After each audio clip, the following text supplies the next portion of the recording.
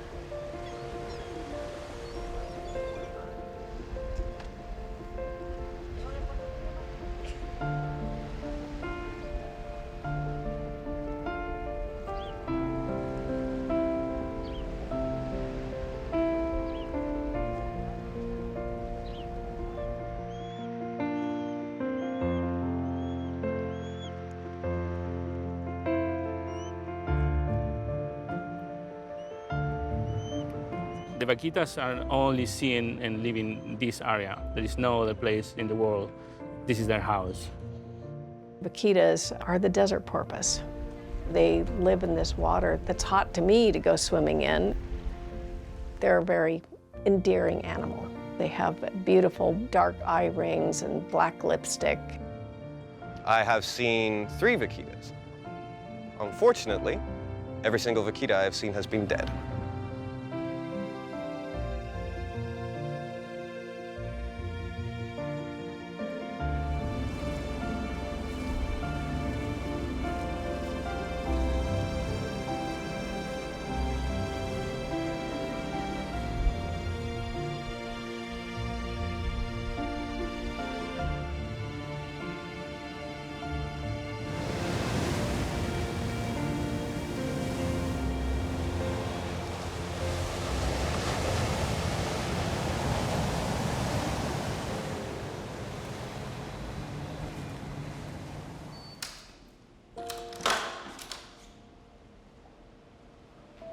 Well, I'm going to show you our skull collection that has a vaquita skull.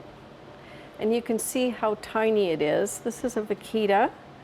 Actually was confiscated at the border in 1983. I actually did part of my PhD thesis on vaquitas many years ago, 1991.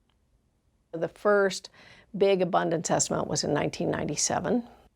Interestingly, probably most of the vaquitas were gone before we did that first abundance estimate. So if you imagine that there were 4,000, we were down to 600 by the time we even did the first abundance estimate.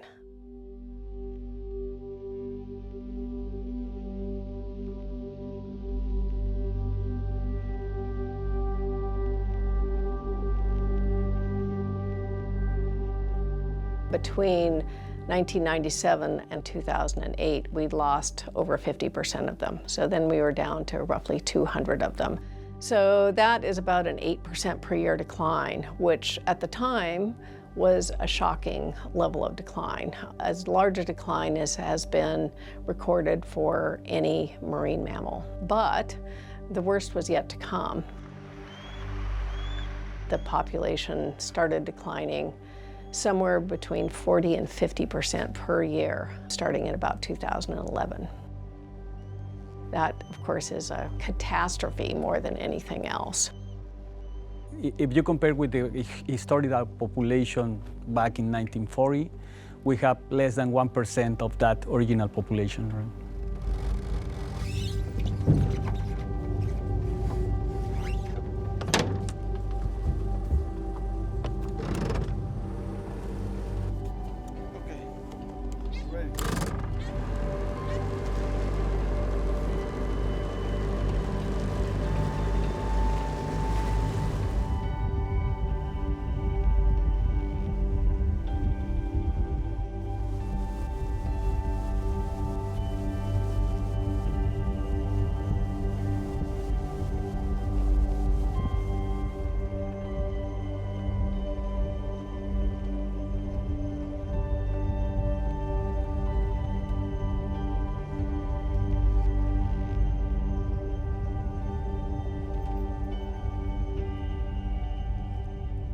The vaquitas, like dolphins, emit these clicks, echolocation clicks that are easily recordable in some electronic equipment.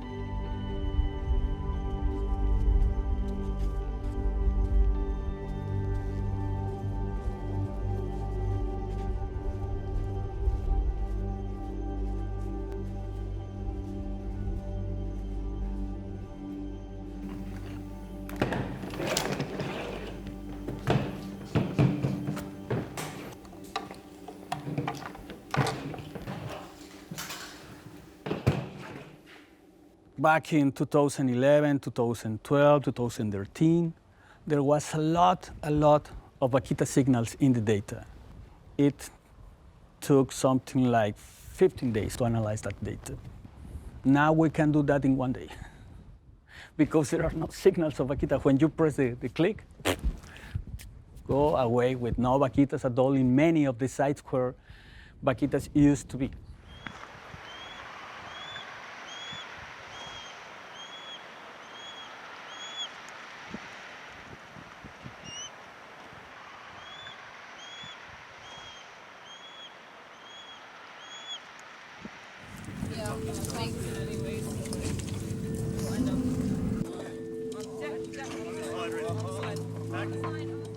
Totoaba is an endangered species, also endemic of this area. It's a sea bass that can measure almost 2 meters. They have the similar size of the vaquita. Tail, do you see how it has like an S shape?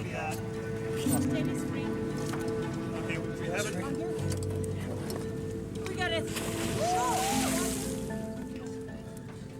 And if you guys have a chance to notice, Swim bladders are very commonly consumed by the Chinese public.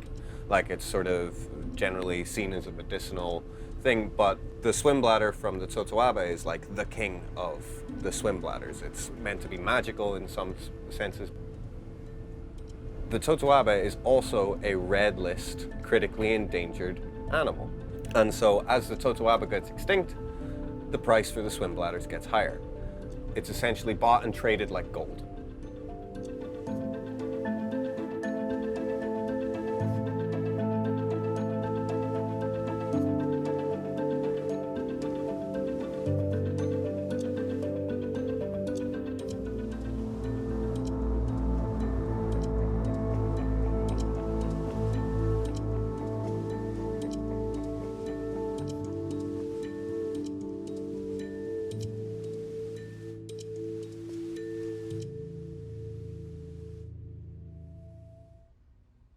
So when we find a net, we will grapple it, and we lift the net until it's coming at the water level. Always be vigilant. Even if you are the third one to touch the net, the two other one may have missed something. We don't have time to say, please, can you do? Just say, do that. And, but it's not because I hate you. I love you all. We're a non-violent organization. We're aggressive, but we're non-violent. That's the main aspect of the organization. So our main weapon against poaching, illegal fishing, and any of these activities worldwide is our camera. And with drones, that just takes, you know, the camera, instead of being on the ship, we actually get to put it right over the top of a poaching boat and highlight that this is actually an issue so that it can't be swept under the rug. Every day we go out in high season, we can have 40, 60, or 80 pangas fishing illegally inside the refuge, easy. The one that we can spot in a range of a few miles around our boat, and the area is way bigger than that. So we're talking about hundreds probably fishing illegally in high season.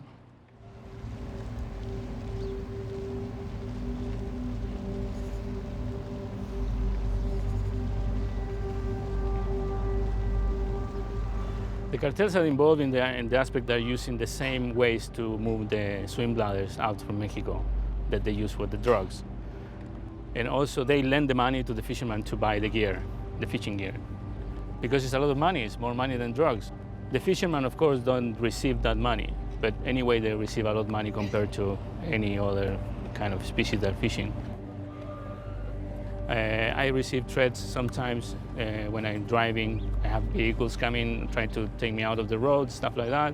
So yeah, we know they're here, we know they're involved, but it's nothing we can do about it. I mean, our goal is just the Vaquita, and we're gonna keep doing that. Yeah, good.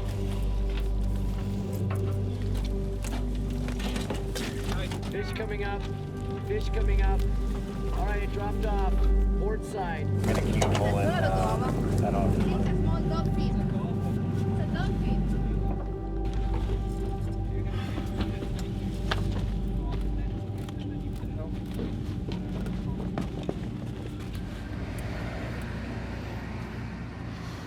Let's see what bag. This is the type of net that we are pulling out.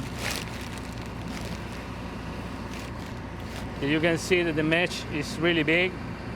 You can pass your hand really easy there. They're made for totoaba. And because the Vaquita has the same size of the totoaba, more or less, they get entangled here really easy. So that's why it's so dangerous for the Vaquita.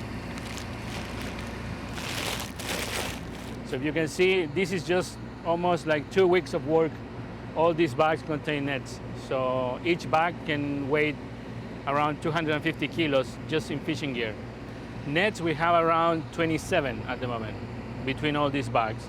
And this one just contains leads. I don't know if we can see here, it's really heavy.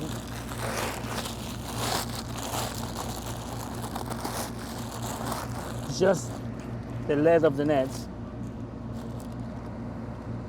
All this lead maintain the net completely vertical in the bottom. Gill nets are the greatest threat to marine mammals in the world, by far. It's not that I denigrate climate change and ship strike, but gill nets kill hundreds of thousands, probably millions of animals every single year. They are driving these species extinct. Okay, we are ready when you are ready.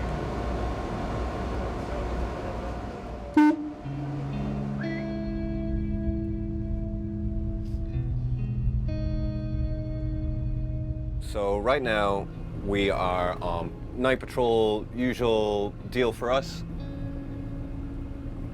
The main deal with the poachers is they try to hide the nets from us, because each net for them is a huge amount of money. It's up to $3,000 per net. So we go up and down the refuge trying to find any boats laying nets.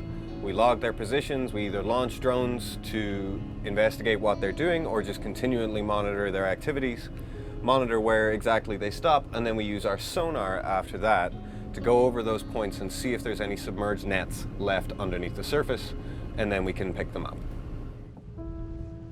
Now we're concentrating in a small area inside the refuge. There's a little rectangle, and that area is very specific because the latest survey, we spot more vaquitas in that specific area. So we are focusing all our effort in removing nets and try to keep the fishermen outside of that area. We don't have enough time for the Vaquita. We need serious action on the front lines right now in terms of stopping the trafficking, stopping the nets going in the first place, and pulling the nets out of the refuge. Because there's not enough time to try change the hearts and minds of China, which could take years. We've taken over 1,000 nets out of the ocean, and that's over 170 kilometers of net. That's to space and back and to space again, out of this tiny little area in the Sea of Cortez. So there's sort of a simultaneous double side to every single day. whenever we do an operation and we get like 14, 15 nets in a day, one, that's $30,000 of illegal fishing gear alone that we've just taken. So that's good. That means in just fishing gear and actual lost profits for this organized crime, that's a huge amount of money that they lose from us doing that. And then simultaneously, whenever you take these nets out, then sometimes you get a live shark, a live ray, a live turtle, a live whale that we can then free from this net. Now, the double-edged bad day to this is that those nets exist, and unfortunately, the Sea Shepherd crew has had to crawl through dead whales, dead dolphins, dead sea lions, dead turtles, dead vaquitas that we find in these nets. So it's a great day whenever we get to free animals, but also so often that's not the case.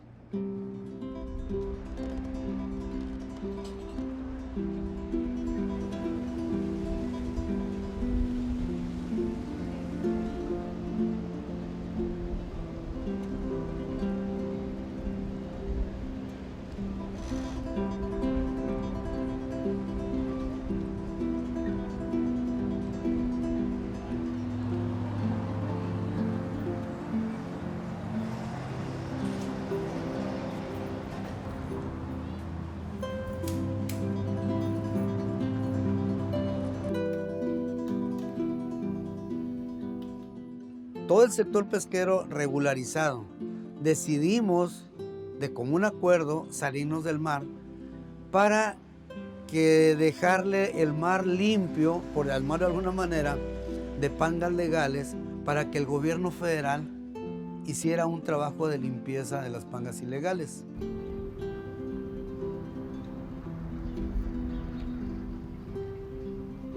Era suficiente para vivir tranquilamente, sin necesidad de estar pues con la tentación de irnos a pescar. ¿Por qué? Porque sabíamos que teníamos que proteger un animalito, que es la vaquita marina.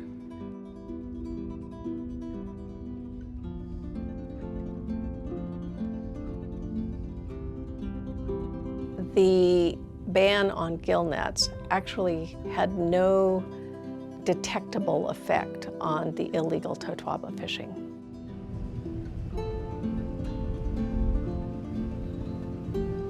The Navy is set up for foreign invaders. They couldn't take forceful action against people who were brazenly, flagrantly violating the law. Once that was clear, they ceased to be a real enforcement body. Desgraciadamente, creo que fue un error que cometimos tanto el gobierno como nosotros, el habernos salido del mar, porque le dejamos el mar de Cortés libre a la pesca ilegal.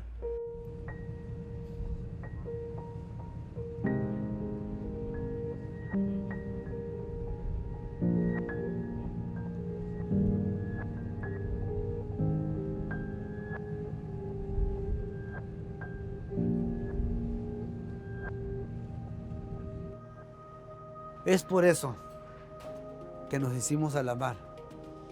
El día 24 de septiembre de este año, yo en lo personal, como federación, yo les di el banderazo para que las pangas legales salieran a trabajar. ¿Por qué razón? Porque yo no tenía cómo decirles, oye, no salgas, y qué les decía con las familias, qué les llevaban a comer los padres de familia, los pescadores. Por eso fue que yo me eché la responsabilidad de pararme en el muelle y decirle, compañeros, salgan a pescar y que Dios los bendiga. We are just trying to work with them and explain to them to at least respect the small rectangle that is the critical area, because we know the concentration of vaquita has been more spot over there. So we are trying to get their attention on that, to at least to respect that specific area if they don't want to respect the full refuge, which I also understand they've been without going to fish for a long time. They stopped receiving money from the government, like I think 11, 12 months ago. So I know the desperation of the fishermen. They just want to do their job.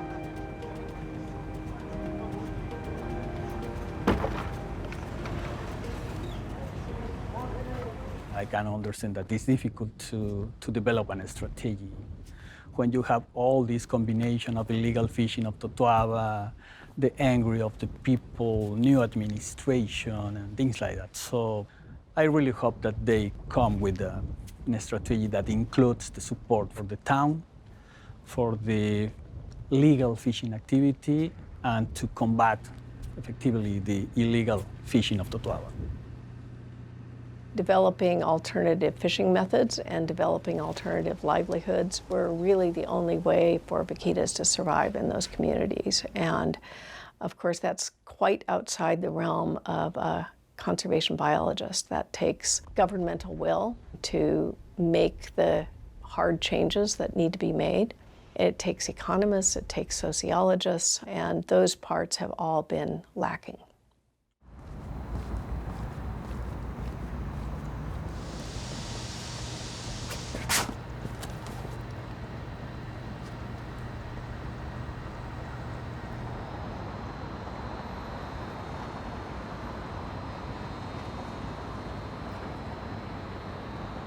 Over the years, the recovery team has talked about whether taking vaquitas into captivity should be part of our conservation strategies. And the team has just felt that the best chance for vaquitas was in the wild, and that getting rid of gill nets was a solvable problem, and that we should just focus on that. And then the totoaba catastrophe hit. And so it started to look like something that was feasible for vaquitas and perhaps necessary. And so this vaquita CPR was set up to basically orchestrate this process very rapidly. And with 90 scientists from 9 different countries, all the expertise that we could marshal to try to make this Hail Mary activity work. We were very good at finding them. We were very good at catching them. But unfortunately, the 2 animals that we caught both reacted very badly to being handled. They experienced what a lot of animals that are captured for the first time experience, which is shock, capture myopathy. The first individual was a 6-month-old, and she was released back in the area where we had captured the calf and the mother. And then the second one was an adult female, and she seemed to be doing well, and then she died. That was the end, because unfortunately the vets felt they couldn't expect a better outcome with the next capture. And with only tens of animals left rather than hundreds of animals, there wasn't really space to learn. And so it was a really tragic ending. What was that like being there for that death? Heartbreaking. Sorry.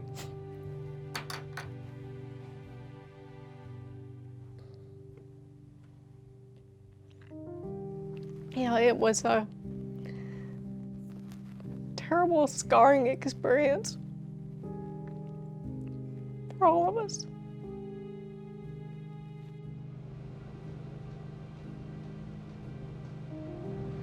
There is so few vaquita left, but we have the real potential right now. It's not too late for this species. There's enough genetic diversity within this species that it can come back, and what a success story that would be for conservation. If conservation is done right, and it's done at the correct time, and it's done with enough strength, you have the potential to bring a species back from the brink. And we've seen this with other species in history, like the San Diego harbor seal. Every rhino that you see in most zoos comes from a population of 7. So there is a potential for species to come back from these low numbers and thrive. It's not the vaquita itself, it's our character as nation in taking care of, in this particular easy problem for me to solve, and we cannot do it. What can we expect of real problems? The most important thing that needs to be done to save vaquitas right now is to clearly mark off the area, the small area where the last vaquitas are remaining, that's called the zero tolerance area, and to work with the fishermen to get them to not fish there. We're really hopeful about the vaquita is going to survive. As sea shepherd, we're not going to step back. We're not going to move from the area. We're here to stay all the time that is needed to save the vaquita. I think these animals, these last vaquitas, are the survivors. They're the ones that have had a bad experience, learned from it, and are extra careful around nets. I think if they're protected and guarded, they have a real chance. Gracias a Dios tuve esa oportunidad en su momento que anduve pescando, de poder conocerlo, de poder vivirla así, de mirarla de cerquita. Es una monería, es una hermosura que te da ternura mirarla. Cuando llega a salir del agua, te da ternura mirarla con esos ojotes, esas manchas que anda como si estuviera riéndose contigo. Entonces, el que es pescador bien en forma, no le da por hacerle daño, al contrario. Entonces nosotros, fue un trabajo arduo con todo el sector pesquero, de hacerles entender que hay que cuidarla.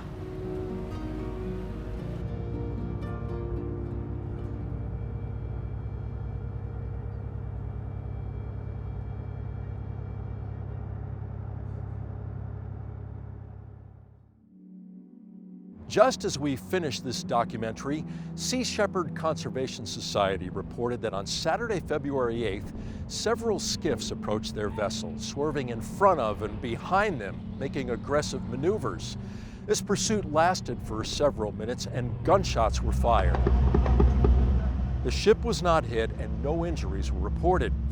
Officials with the Mexican Office for the Protection of the Environment, the federal police, and the Mexican Navy were reported to be on board the Sea Shepherd vessel at the time.